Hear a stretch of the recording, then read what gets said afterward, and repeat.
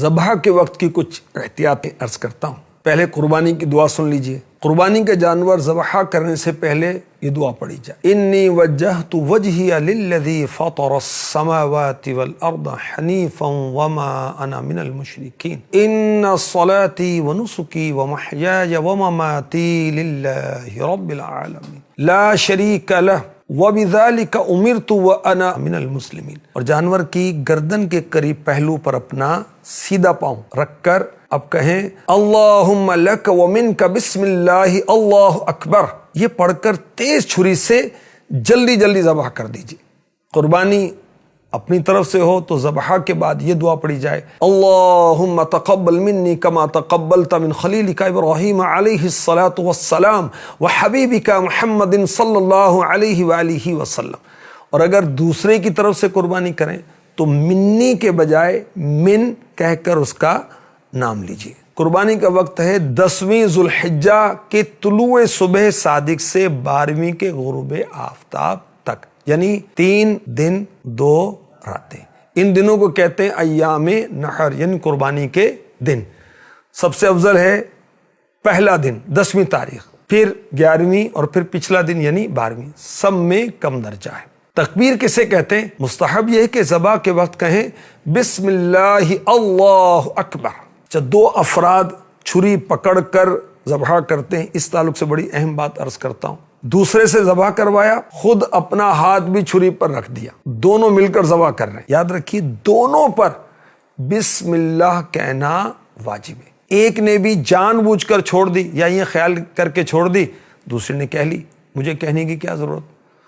دونوں صورتوں میں جانور حلال نہ ہوا۔ ذبح کے وقت کی چند اور احتیاطیں، جانور کو گرانے سے پہلے ہی قبلے کا تعین کر لیا جائے۔ لٹانے کے بعد بالخصوص پتھریلی زمین پر گھسیٹ کر قبلہ رخ کرنا بے زبان جانور کو سخت اذیت کا باعث ہے۔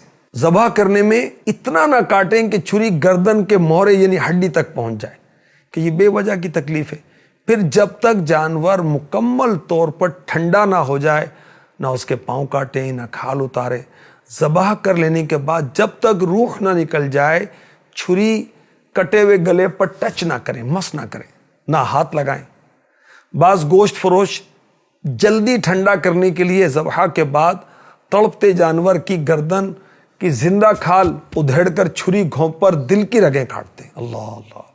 اسی طرح بکرے کو ذبح کرنے کے بعد بیچارے کی گردن چٹکھاتے بے زبانوں پر اس طرح کے مظالم نہ کیے جائیں جس سے بن پڑے۔ اس کے لیے ضروری ہے کہ جانور کو بلا وجہ ایذا پہنچانے والے کو روکے۔ اگر قدرت کے باوجود روک سکتا ہے پھر بھی نہیں روکتا تو خود بھی گناہ گار ہوگا اور جہنم کا حقدار ہوگا۔ جانور پر ظلم کرنا ذمی کافر پر، اب تو دنیا میں سارے کافر حربی ہیں، ظلم کرنے سے زیادہ برا ہے، اور ذمی پر ظلم کرنا مسلم پر ظلم کرنے سے بھی برا ہے، کیونکہ جانور کا کوئی معین و مددگار اللہ پاک کے سوا نہیں۔ اس غریب کو اس ظلم سے کون بچائے؟ انسان نے ناحق کسی چوپائے کو مارا یا اسے بھوکا پیاسا رکھا یا اس سے طاقت سے زیادہ کام لیا تو قیامت کے دن اس سے اسی کی مثل بدلہ لیا جائے گا جو اس نے جانور پر ظلم کیا یا اسے بھوکا رکھا۔ آخری نبی مکی مدنی صلی اللہ علیہ وسلم نے جہنم میں ایک عورت کو اس حال میں دیکھا کہ وہ لٹکی ہوئی ہے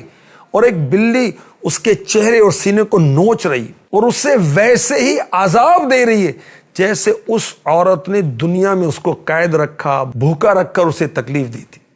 اور یاد رکھیے یہ صرف بلی کے بارے میں نہیں ہے، اس روایت کا حکم تمام جانوروں کے حق میں ہے۔ اگر ان کے ساتھ ظلم کیا تو قیامت کے روز کہیں یہی جانور مسلط نہ کر دیا جائے۔ اللہ کی پناہ۔